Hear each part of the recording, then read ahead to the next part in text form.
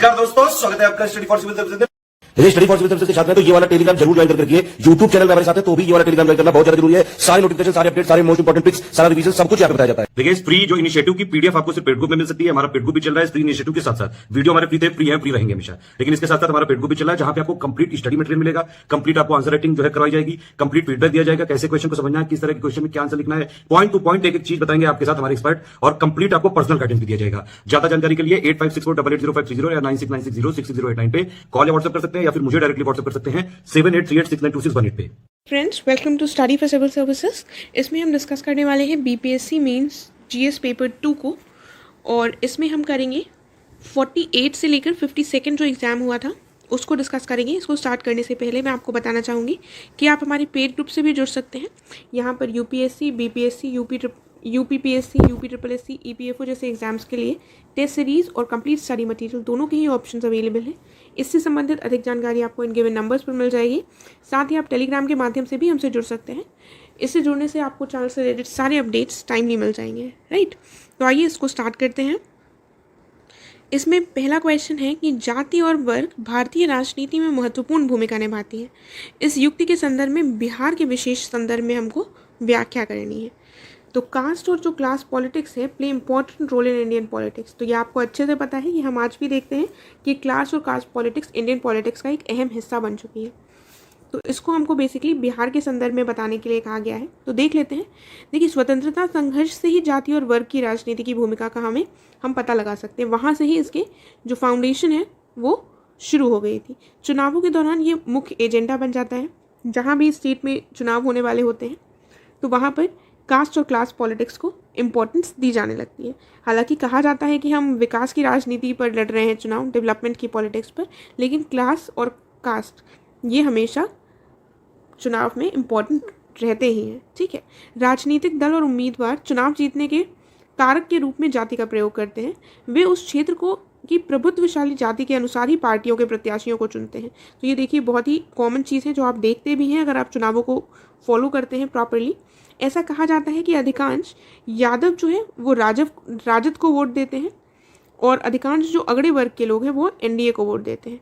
तो अंततः कहा जा सकता है कि बिहार तभी उन्नति कर सकता है जब पार्टियां जाति आधारित राजनीति को छोड़कर आगे बढ़ेंगी। तो यहाँ पर बिहार की बात करें या पूरे भारत देश की बात करें तो विकास सही मायनों में तभी हो सकता है कि जो पॉलिटिक्स है ये कास्ट और क्लास से ऊपर उठकर वास्तविकता में किस पर आधारित हो, डेवलपमेंट पर, ठीक है, जो फिलहाल हमें इंडिया में दिखाई नहीं देता है। तो ये हमसे पूछा गया है बिहार के विशेष। देखिए, अभी हाल ही में बिहार में इलेक्शंस हुए हैं और नई गवर्नमेंट फॉर्म हुई है, तो वहाँ पर भी हमको क्लास और कास्ट पॉलिटिक्स के एग्जाम्पल देखने को मिलते हैं। वो देख लेते हैं, हम थोड़ा उसके बारे में भी डिस्कस कर लेते हैं। रिसेंटली जो इलेक्शंस हुए हैं उसमें हमारे चीफ मिनिस्टर सेम ही रहे हैं। जो नीतीश कुमार जी पहले भी चीफ मिनिस्टर थे और अभी भी दोबारा भी वही बन गए हैं। तो यहाँ पर अगर हम देखें तो कुछ आप एग्जाम्पल्स देख सकते हैं कि जितने भी कैंडिडेट्स थे जो भारतीय जनता पार्टी के द्वारा जिन्होंने नॉमिनेशन फाइल किया था, उसमें आधे से ज़्यादा जो कैंडिडेट्स थे वो फॉरवर्ड कास्ट को बिलोंग करते थे, ठीक है। और वहीं पर जो अपर कास्ट के वोटर्स थे उन्होंने ही बीजेपी यानी कि एनडीए को ही सपोर्ट किया, ऐसा कहा जा रहा था। और आरजेडी के अगर टिकट्स देखे जाएँ तो ये किसको दिए गए थे? ये यादव्स और मुस्लिम्स को दिए गए थे, ठीक है। और जो कुर्मीज और जो एक्सट्रीम बैकवर्ड क्लासेस हैं ये जनता दल यूनाइटेड को सपोर्ट कर रहे थे, ठीक है। तो एक तरह से यहाँ पर ये देखने को मिलता है कि लोग अपनी कास्ट के हिसाब से पॉलिटिकल पार्टीज़ में डिवाइडेड है, और ऐसा अभी से नहीं हो रहा है, इस वाले इलेक्शन की बात नहीं है। ऐसा भारत में हमेशा से ही होता रहा है। हमने डिस्कस किया है यहाँ पर, देखा भी कि स्वतंत्रता संघर्ष से ही इसका फाउंडेशन जो है उसको स्थापित हो गया था।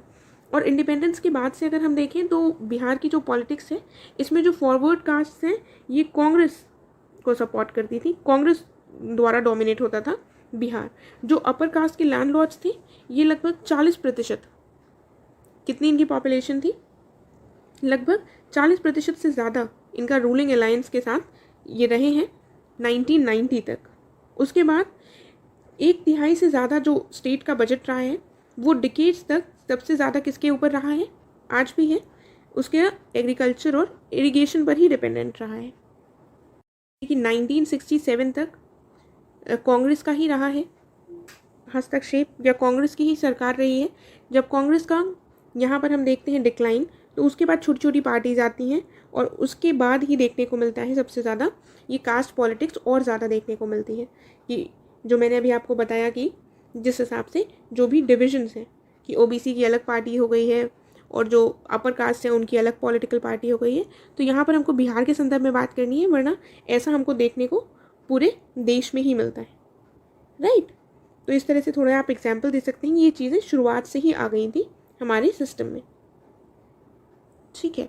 तो उसके बाद आप एंड में कंक्लूड कैसे कर सकते हैं कि ये इम्पॉर्टेंट है, जैसे हमने यहाँ पर एंड में लिख रखा है कि ये इम्पॉर्टेंट है कि उन्नति तभी हो सकती है जब पार्टियां जाति आधारित राजनीति को छोड़कर एक साथ आगे बढ़ें और डेवलपमेंट की बात करें, ठीक है। तो इस तरह से इसको आप कंक्लूड कर सकते हैं।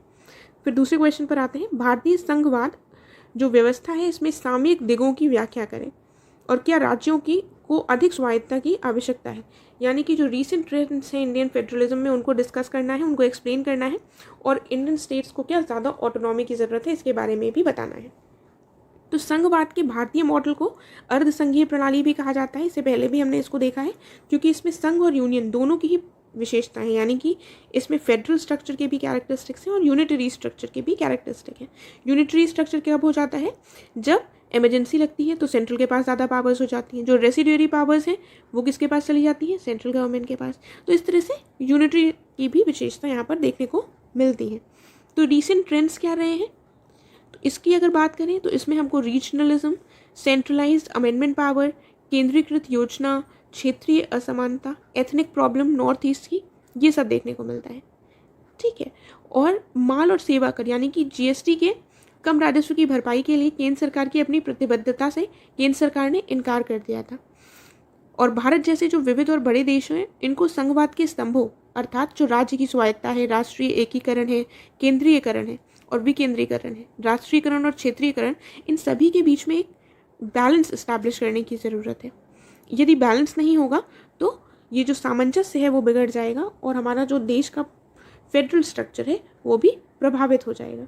तो रीसेंट ट्रेंड्स में हमें जो देखने को मिलता है वो हमने यहाँ पर ये सारे रीसेंट ट्रेंड्स हैं और यहाँ पर इसी के चलते कुछ हमको प्रॉब्लम्स भी देखने को मिलती हैं, जैसे कि जीएसटी में कम राजस्व वसूल की भरपाई के कारण केंद्र सरकार की जो अपनी प्रतिबद्धता है केंद्र सरकार ने उससे इनकार कर दिया।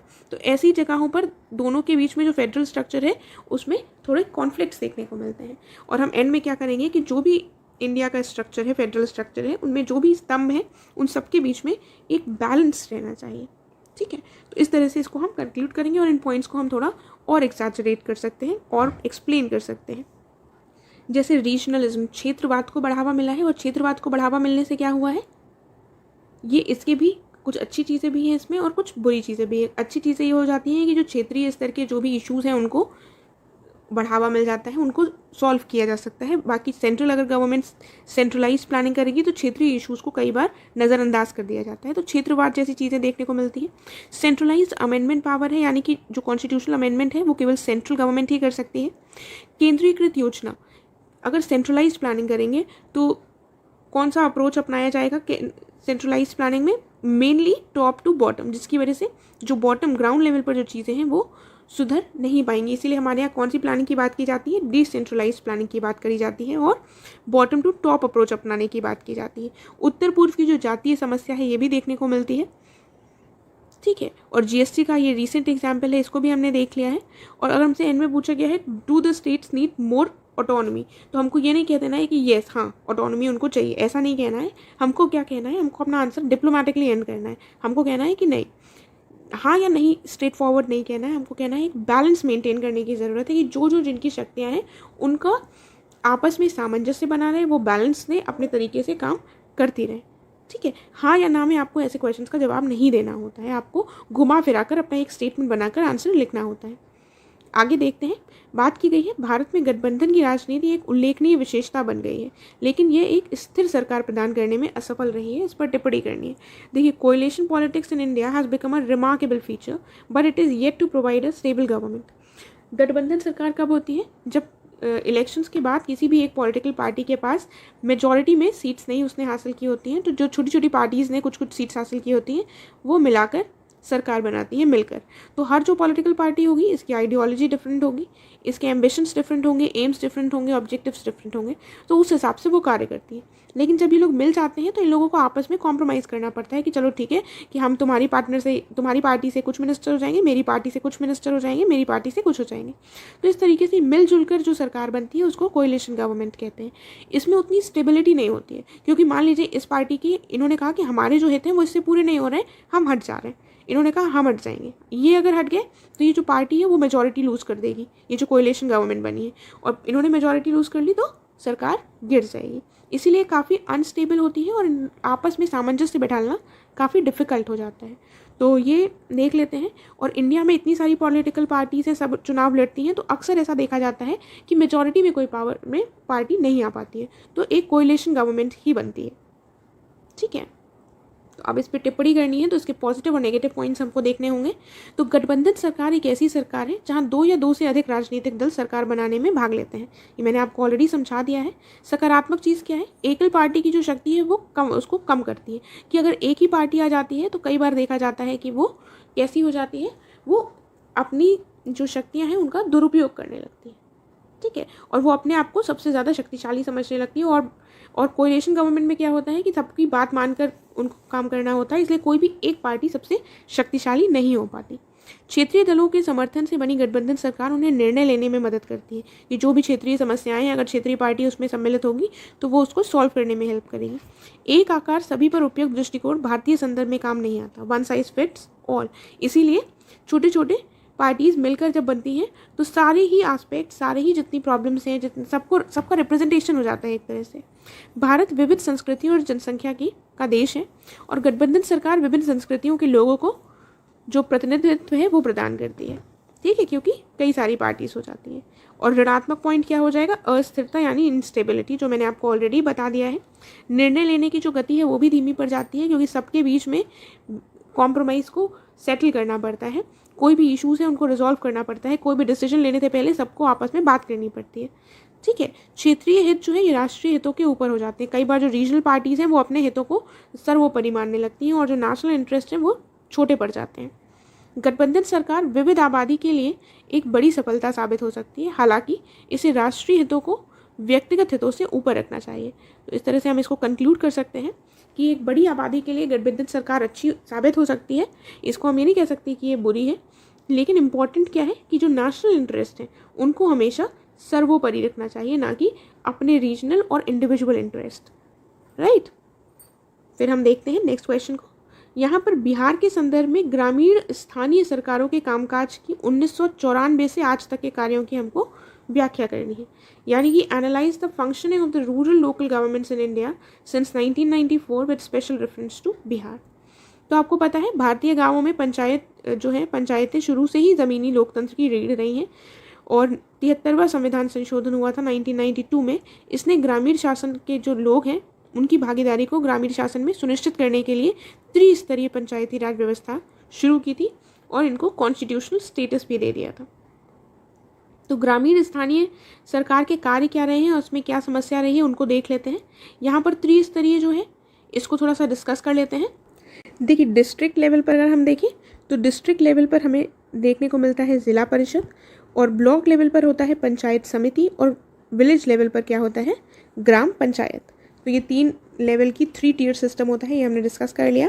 उसके बाद हम देखते हैं कि ग्रामीण स्थानीय सरकार के क्या कार्य हैं। ये घरेलू उपयोग के लिए पानी की आपूर्ति करती हैं, सार्वजनिक स्वास्थ्य और स्वच्छता को बनाए रखते हैं, सार्वजनिक सड़कों का निर्माण और मरम्मत करते हैं। तो जो भी ग्रामीण लोकल लेवल पर चीज़ें होती हैं उनकी आपूर्ति, और वहाँ पर जो भी योजनाएं होती हैं उनका क्रियान्वयन करते हैं। लोकल लेवल पर ये टैक्सेशन भी कर सकते हैं। तो इस तरह की इनके कार्य होते हैं। लेकिन प्रॉब्लम्स क्या है, प्रॉब्लम फिर हो जाती है इनके पास फंड्स की अवेलेबिलिटी नहीं है, स्टेट गवर्नमेंट पर इनकी निर्भरता जो है वो ज़्यादा है। साथ ही कर लगाने की जो शक्ति है इसको विशेष रूप से जो राज्य विधायिका द्वारा अधिकृत किया जाता है। ठीक है, यानी कि जो टैक्स लगाने का है ये स्पेसिफिकली ऑथराइज कौन करता है, स्टेट लेजिस्लेचर। स्ट्रक्चरल जो कमियां हैं, इनके पास स्टाफ नहीं है, इंफ्रास्ट्रक्चर नहीं है, ये सारी कमियां हैं। तो आवश्यकता किस चीज़ की है कि सरकार के लिए सुनिश्चित करना महत्वपूर्ण है कि स्थानीय सरकारों के कार्यों में स्पष्टता हो और वित्त के जो स्रोत हैं वो उनको प्रॉपरली प्रोवाइड किए जाएं। अगर इनको अपने कार्य प्रॉपरली पता होंगे, इनको फंड्स टाइमली मिलेंगे, इनके पास प्रॉपर रिसोर्सेज होंगे, एक प्रॉपर स्टाफ होगा जो टेक्निकली अपडेटेड होगा, तो ये अपने कार्यों को बेहतर ढंग से क्रियान्वित कर सकते हैं और विलेज लेवल पर जो ग्राउंड लेवल है बेसिकली वहाँ पर हमें सुधार देखने को मिल सकते हैं। तो बिहार के संदर्भ में पूछा गया है यहाँ पर क्वेश्चन में, तो बिहार के संदर्भ में भी हम यही लिखेंगे, ग्रामीण स्थानीय सरकारों के कामकाज यही रहे हैं और आज तक इनके जो भी कार्य हैं उनकी थोड़े से आप एग्जाम्पल से और इनको और जो भी जैसे मनरेगा को लागू करना और इनके जो भी लोकल लेवल पर किसानों के लिए या लोगों के लिए, ग्रामीण लोगों के लिए जो भी योजनाएं लाई जाती हैं उनको लागू करना भी, उसमें भी इनकी महत्वपूर्ण भूमिका होती है। तो उसको भी आप ये सारे पॉइंट्स भी यहाँ पर ऐड कर सकते हैं। फिर हम देखते हैं हरित क्रांति ने भारत में खाद्यान्न उत्पादन में वृद्धि की है, लेकिन इसने कई पर्यावरणीय समस्याएं भी उत्पन्न करती हैं। उदाहरण सहित हमको स्पष्ट करना है। तो देखिए हरित क्रांति के बारे में आपने ज़रूर पढ़ा होगा और इसके बारे में आपको पता है कि इससे भारत में जो खाद्यान्न उत्पादन है वो काफ़ी ज़्यादा बढ़ा है, लेकिन उसके कुछ प्रोज एंड कॉन्स इसके भी रहे हैं, तो वही हमको यहाँ पर स्पष्ट करने हैं। तो पहले तो हम इंट्रोडक्शन में बताएंगे हरित क्रांति क्या है, किसके बारे में। हरित क्रांति को आधुनिक उपकरणों और तकनीकों को शामिल करके कृषि उत्पादन बढ़ाने की प्रक्रिया के रूप में जाना जाता है। 1960 के दशक में इसकी शुरुआत हुई थी। ठीक है, सकारात्मक प्रभाव क्या रहे? सबसे सकारात्मक तो ये रहा कि जो खाद्यान्न है वो पर्याप्त, उसमें वृद्धि हुई, प्रौद्योगिकी का आधुनिकीकरण हुआ, किसानों की जो आय थी उसमें वृद्धि हुई। ठीक है, तो ये इसके सकारात्मक पॉइंट्स थे कुछ, लेकिन नकारात्मक पॉइंट्स क्या हुए? संकर फसलों में वृद्धि से जल प्रदूषण, मृदा प्रदूषण का खतरा बढ़ा और जो हाइब्रिड क्रॉप्स थे उनके कारण ही ये प्रदूषण बढ़ा। केमिकल जो फर्टिलाइजर्स हैं उनका अधिक उपयोग होने लगा, जिसकी वजह से जो सॉइल फर्टिलिटी है वो कम हुई, सॉइल की क्वालिटी गिरी। ठीक है, वनों का अभाव हुआ, क्योंकि वनों का क्यों अभाव हुआ? क्योंकि ये वहाँ पर खेती को ज़्यादा किया जाने लगा। चारागाह के योग्य भूमि में कमी आई, वहाँ पर भी ज़्यादा से ज़्यादा खेत लगाए जाने लगे और यहाँ पर गेहूँ और चावल जैसी फसलों को ज़्यादा बढ़ावा दिया गया और मोटे अनाज पर फोकस नहीं किया गया। अधिक सिंचाई के कारण जल जमाव की समस्या देखने को भी मिली, कई पौधों की बीमारियों का भी उद्भव हुआ और नदियों में अवसादन यानी कि सिल्टिंग ऑफ रिवर्स भी हुआ। सिल्टिंग क्या हुआ कि वहाँ पर मिट्टी जमती गई। तो ये सारे इसके नेगेटिव इम्पैक्ट्स भी रहे हैं। हालांकि अगर हम कंक्लूड करेंगे तो कहेंगे ग्रीन रिवोल्यूशन के कुछ नेगेटिव इम्पैक्ट्स भी रहे हैं, लेकिन इसने खाद्यान्न के उत्पादन को बढ़ाया और तात्कालिक जो समस्या थी भारत के समक्ष उसको सॉल्व करने में काफ़ी सहायक सिद्ध हुआ ये। ठीक है, और वर्तमान में जो भी इसकी प्रॉब्लम्स हैं सॉइल की फर्टिलिटी से रिलेटेड, उसके लिए भी सरकार के द्वारा प्रयास किए जा रहे हैं और केमिकल फर्टिलाइजर्स की जगह ऑर्गेनिक फार्मिंग और ऑर्गेनिक फर्टिलाइजर्स वगैरह को बढ़ावा दिया जा रहा है। तो ये सारे पॉइंट्स हम देखिए, इसमें कहा गया है कि भारत में प्राकृतिक विविधता के कारण असमान आर्थिक विकास हुआ है, उपयुक्त उदाहरण के साथ स्पष्ट करना है। तो भारत की प्राकृतिक विविधता बहुत ज़्यादा है, आपको पता है, और इसके लिए इसके कारण असमान आर्थिक विकास हुआ है, ये बात कही गई है। तो भारत में आर्थिक जो विकास हुआ है ये देश के भीतर अलग अलग स्थानों पर अलग अलग देखने को मिलता है। जो साउथ की स्टेट्स हैं उनमें नॉर्थ और जो नॉर्थ ईस्ट की स्टेट्स हैं उनकी तुलना में ज़्यादा विकास दिखाई देता है, ज़्यादा विकसित हुए हैं वो, यही लिखा हुआ है। दक्षिण के राज्यों में उत्तर और पूर्व के राज्यों की तुलना में विकास का जो स्तर है वो कहीं अधिक है। तो ये जो डिस्पैरिटीज़ या असमानताएं हैं इनके क्या कारण हैं वो देख लेते हैं। तो सबसे पहले लिखा हुआ है मुंबई जैसे जो तटीय स्थान है इनको शेष विश्व के साथ व्यापार मार्गों से जुड़े होने से ऐतिहासिक रूप से इनको लाभ हुआ है। और वहीं पर अगर हम देखें बिहार का, तो ये भूमिबद्ध राज्य है, तो इसकी कंडीशंस इसके विपरीत है, लैंड लॉक्ड है। जबकि मुंबई जैसी जो सिटीज़ है वहाँ पर क्या होता है, तटीय स्थान है, इसलिए वहाँ पर व्यापार विश्व के साथ होता है, जिसकी वजह से इनका डेवलपमेंट ज़्यादा हो सका है। वहीं पर कच्चे माल की उपलब्धता एक इंपॉर्टेंट रोल प्ले करती है। जैसे हम देखें तो पश्चिम बंगाल में जूट मिले हैं, महाराष्ट्र गुजरात में कॉटन टेक्सटाइल मिल्स हैं, जिसकी वजह से उसका यहाँ पर ज़्यादा इंडस्ट्रीज़ उससे रिलेटेड स्टैब्लिश हो पाई, क्योंकि इंडस्ट्रीज़ के स्टैब्लिशमेंट में रॉ मटेरियल जो होता है वो बहुत इंपॉर्टेंट रोल प्ले करता है। और उद्योगों के लिए भी पानी एक महत्वपूर्ण आवश्यकता होती है, जिस हिसाब से उनकी वाटर रिक्वायरमेंट होती है। और पूरे देश में अलग अलग क्षेत्रों में कहीं पर सूखा पड़ता है तो कहीं पर भारी वर्षा होती है, तो कहीं पर कुछ नॉर्मल एवरेज रेनफॉल होती है। तो इस तरह से उस हिसाब से इंडस्ट्रीज इस्टेब्लिश हुई है। ये सारे नेचुरल रीजन्स हैं जिसकी वजह से हमारा जो आर्थिक रूप से विकास भी डिफरेंटली हुआ है। और भूमि की उर्वरता, जो सॉइल फर्टिलिटी है वो डिफरेंट क्षेत्रों में डिफरेंट है। उत्तर भारत की जो ज़मीन है वो ज़्यादा उपजाऊ है। खनिज जो संसाधन है वो कहीं कहीं बहुत ज़्यादा पाए जाते हैं और कहीं कहीं कुछ कुछ क्षेत्रों में नहीं पाए जाते हैं। ठीक है। तो हालांकि हम देखें तो मानव पूंजी, बुनियादी ढांचे, निवेश, ये भी जो कारण है बहुत महत्वपूर्ण भूमिका निभाते हैं आर्थिक विकास में, ना सिर्फ प्राकृतिक विविधता। तो ये सारे कारण और प्राकृतिक विविधता मिलकर इम्पोर्टेंट रोल प्ले करते हैं, राइट। तो जो कारण है प्राकृतिक, उनको हमने डिस्कस कर लिया है, इनकी वजह से आर्थिक विकास में डिफरेंसेस देखने को मिलते हैं और ये सारे कारण मिलकर आर्थिक विकास के लिए जिम्मेदार होते हैं, राइट। तो ये हमारा ये वाला क्वेश्चन कंप्लीट हुआ। अगले क्वेश्चन को देखते हैं। कहा गया है, आप कहाँ तक सहमत हैं कि जनसंख्या का उच्च घनत्व भारत में गरीबी का मूल कारण है? ठीक है, how far do you agree that high density of population is the basic cause of poverty in India? तो पॉपुलेशन डेंसिटी ज़्यादा होना एक मुख्य कारण है पॉवर्टी का, इस बात से आप कितना सहमत हैं? तो देखिए, गरीबी एक ऐसी अवस्था है, पहले तो हम थोड़ा गरीबी के बारे में इंट्रोडक्शन देंगे। ऐसे क्वेश्चन को स्टार्ट करने का ये अच्छा तरीका हो सकता है, या आप डेफिनेशन या कोई भी डेटा, ये दो चीज़ों से हम अपने क्वेश्चन को स्टार्ट कर सकते हैं, इंट्रोडक्शन पार्ट को लिख सकते हैं, ठीक है। तो ये इस तरीके से आप स्टार्ट कर सकते हैं। गरीबी एक ऐसी अवस्था या स्थिति है जिसमें एक व्यक्ति या समुदाय के पास वित्तीय संसाधनों और जीवन स्तर के न्यूनतम स्तर के लिए जो भी आवश्यक धन है उसकी कमी होती है, यानी कि जो उनकी मिनिमम बेसिक रिक्वायरमेंट्स होती हैं वो फुलफिल नहीं हो पाती हैं, तो उसको गरीब कहा जाता है।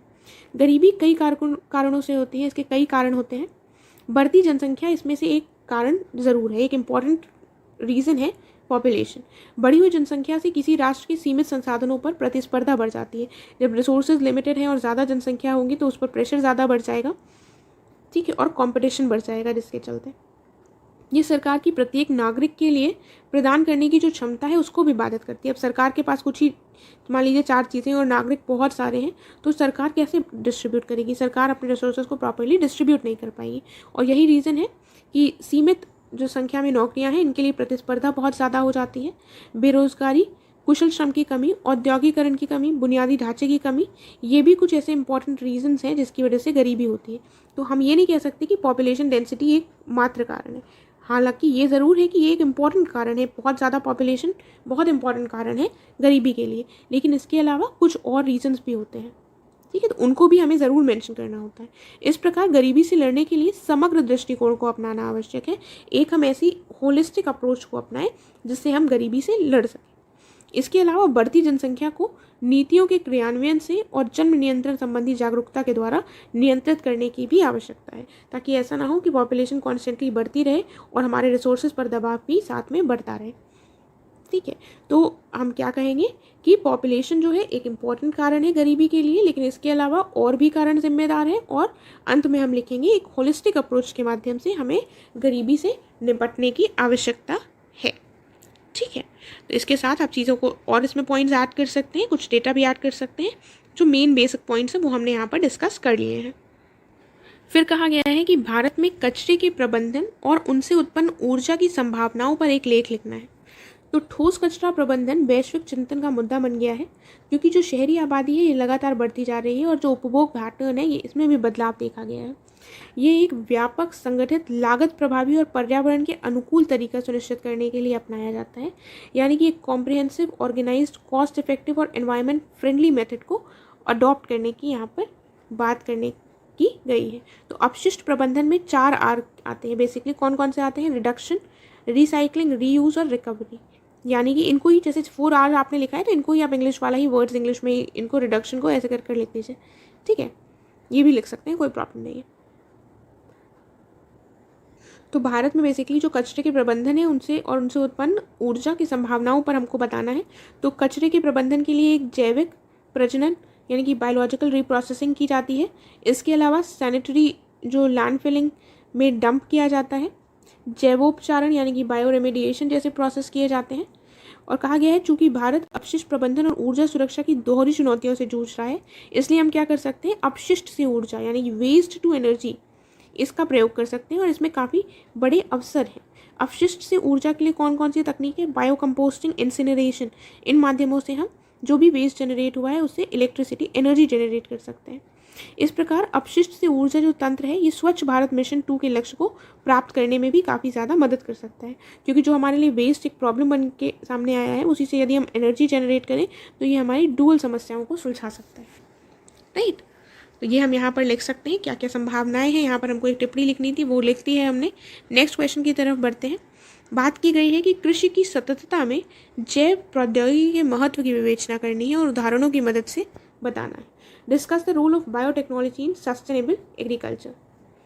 और उसके बाद explain your answer with help of some examples. तो बायोटेक्नोलॉजी क्या होती है ये पता होना चाहिए। ये वह तकनीक होती है जो विभिन्न उत्पादों को विकसित करने या बनाने के लिए जैविक प्रणालियों, जीवों या इसके कुछ हिस्सों का उपयोग करती है। ठीक है। और कृषि की सततता में जैव प्रौद्योगिकी की भूमिका की बात करें तो क्या क्या हो सकती है। कीटों और रोगों के खिलाफ प्रतिरोध में वृद्धि करता है। सूखा, ठंड, बाढ़ इनके खिलाफ प्रतिरोध में वृद्धि करता है, रेजिस्टेंट बनाता है क्रॉप को। प्रदूषित मिट्टी का बायोरेमेडिएशन हो सकता है। उत्पादकता और गुणवत्ता में वृद्धि हो सकती है। उन्नत नाइट्रोजन स्थिरीकरण और पोषक तत्वों में वृद्धि कर सकते हैं। बेहतर किण्वन प्रौद्योगिकी अपनाई जा सकती है। किण्वन यानी फर्मेंटेशन टेक्नोलॉजी। पोषक तत्वों की कमी वाले फसलों जैसे चावल में उच्च पोषक तत्वों का स्तर किया जा सकता है या उच्च पोषक तत्व उसमें बढ़ाए जा सकते हैं। देखिए, और इसके साथ ही मैं आपको बता दूं, बायो रेमेडिएशन यहाँ पर 2-3 बार लिखा है। इसका टर्म का मतलब क्या होता है। इसके अंतर्गत माइक्रो ऑर्गेनिजम्स को यूज़ किया जाता है और माइक्रो ऑर्गेनिज्म के यूज़ के माध्यम से जो भी पोल्यूशन है उसको रिड्यूस करने का प्रयास किया जाता है। कैसे प्रयास किया जाता है। इसमें बायोलॉजिकल डिग्रेडेशन होता है। ठीक है। बायोलॉजिकल डिग्रेडेशन के माध्यम से पोल्यूटेंट्स को नॉन टॉक्सिक सब्सटेंसेस में कन्वर्ट कर दिया जाता है। तो ये होता है हमारा बायो रेमेडिएशन। ठीक है। तो मैंने आपको बता दिया। आप सोच रहे होंगे यहाँ पर टर्म लिखा है उसका क्या मतलब है। तो ये बायोटेक्नोलॉजी में सस्टेनेबल एग्रीकल्चर को बढ़ावा देने के लिए बायोटेक्नोलॉजी का कैसे यूज़ कर सकते हैं उसके यहाँ पर हमने ये एग्जाम्पल्स देख लिए। ठीक है। तो ये हमने यहाँ पर उसके बाद देख लेते हैं कृषि की सततता में जैव प्रौद्योगिकी के कुछ पहलुओं द्वारा उत्पन्न जोखिमों के बारे में चिंताएं भी हैं, जैसे जैव विविधता का ह्रास, प्रतिकूल पर्यावरणीय प्रभाव और मानव स्वास्थ्य पर इसका नेगेटिव इम्पैक्ट। ठीक है। तो ये कंसर्न्स हैं बायोटेक्नोलॉजी से संबंधित। जो सस्टेनेबल एग्रीकल्चर को अगर हम बढ़ावा दे रहे हैं उसमें बायोटेक्नोलॉजी का प्रयोग कर रहे हैं तो ये कुछ ऐसे कंसर्न्स भी सामने आते हैं। ठीक है। तो उनको भी हम यहाँ पर मेंशन कर देंगे।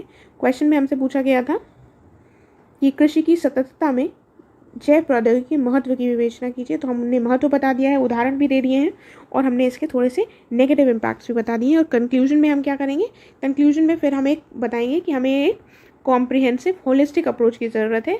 बायोटेक्नोलॉजी का हम ऐसे यूज़ करें जिससे कि उसकी जो भी कमियां हैं, खामियां हैं, वो ना हो सस्टेनेबल एग्रीकल्चर। ठीक है। तो इस तरह से हम अपना कंक्लूजन लिख सकते हैं। इसके साथ हमारा ये कंप्लीट हुआ। अगर आपको कोई भी कन्फ्यूजन है, कोई भी डाउट है तो आप कमेंट करके पूछ सकते हैं। मैं ट्राई करूँगी आपके डाउट को सॉल्व करने का। हम मिलते हैं नेक्स्ट वीडियो में। Thank you so much.